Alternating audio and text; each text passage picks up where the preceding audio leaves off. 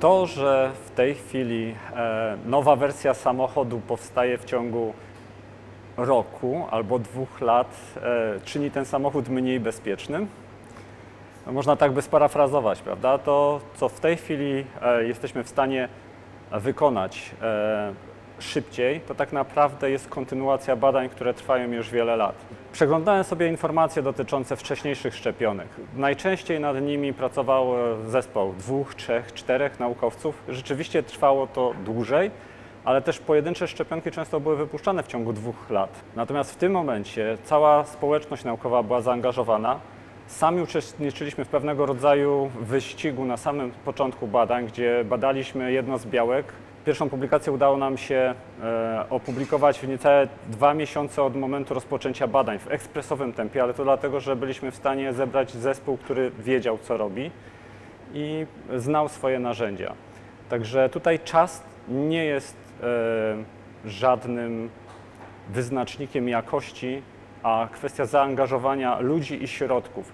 I też proszę zobaczyć, że to nie powstała jedna szczepionka, która mogłaby być jakimś ktoś miał już ją gotową. Nie, tutaj powstało wiele szczepionek przez różne firmy, różne koncerny i też w oparciu o różne techniki.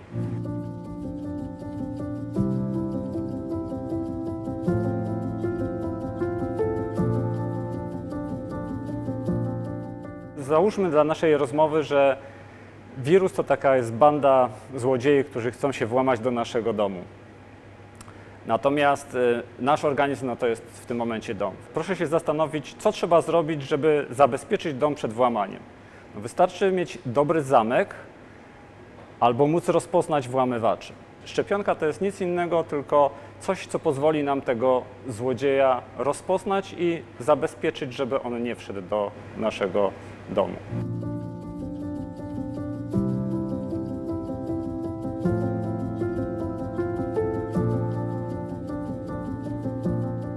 Wynalezienie leku na wirusa jest znacznie trudniejsze niż szczepionki z bardzo prostej przyczyny.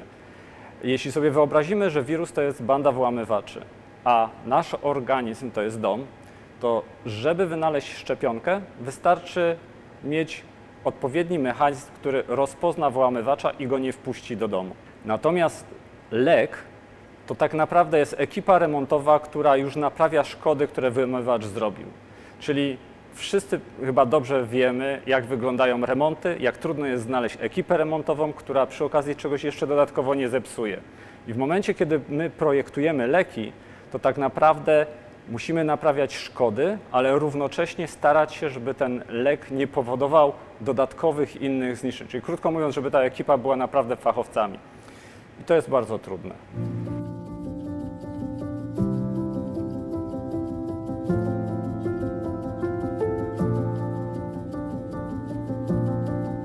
Szczepionki te różnią się technologią, dzięki której działają. I to znowu wracając do naszego przykładu z włamywaczami.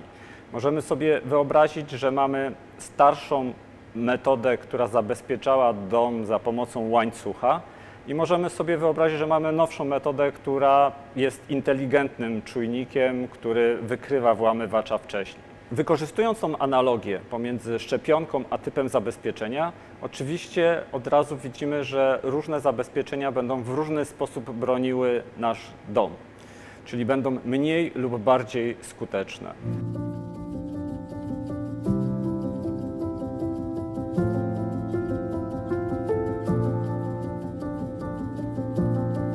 Oczywiście można się nie szczepić. To jest wybór, tak samo jak można nie ubezpieczyć mieszkania, można nie założyć zamku. Złodziej weźmie wszystko, co chce, wyniesie albo spali się dom. Mamy możliwość oczywiście wtedy odbudowania go. Tylko znowu, ile to czasu kosztuje, ile wysiłku. Jeśli z kolei powiemy, że osoby zaszczepione chorują. Tak, zgadza się, ale to jest tak, jakby alarm zadziałał, czyli policja przykładowo zjawi się wcześniej, czyli jest w stanie wypłoszyć naszych włamywaczy, zanim jeszcze oni tak naprawdę narobią wiele szkód. Czyli krótko mówiąc, minimalizujemy skutki włamania.